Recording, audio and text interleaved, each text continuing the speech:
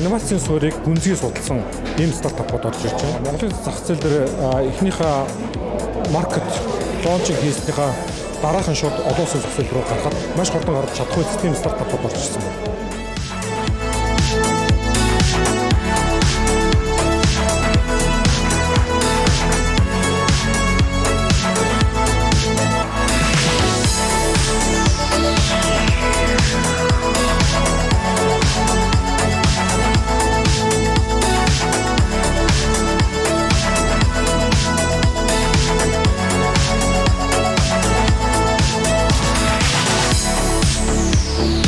Stars хөтөлбөр илүү одоо хурцсах бидэд одоо энэ нэлээд хугацаа алдах байсан юм ингээ богиносгож өгөх гэдэгт итгэсэн учраас энэ хөтөлбөрт ингээ оролцож явж байна. Түүнээ бол маш их баяртай байна.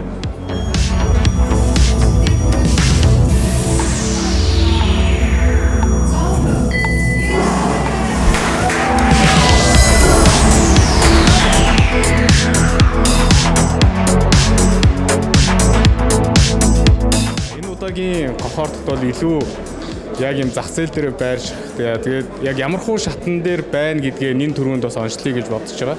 Тэгээд яг тэрнээсээ ахуулаад бүтээгдэхүүн хөгжүүлэлтэн дээр анхаарах уу, зах зээл дээр нэвтрэх дээр анхаарах уу, ямар стратеги барьж явах уу гэдгээ бол эхэндээ айгүй сайн тодорхойлцоод тэгээд цаашаага ер нь яг стартаптайгаа ярилцаад хамтраад явъя гэж бодож байна.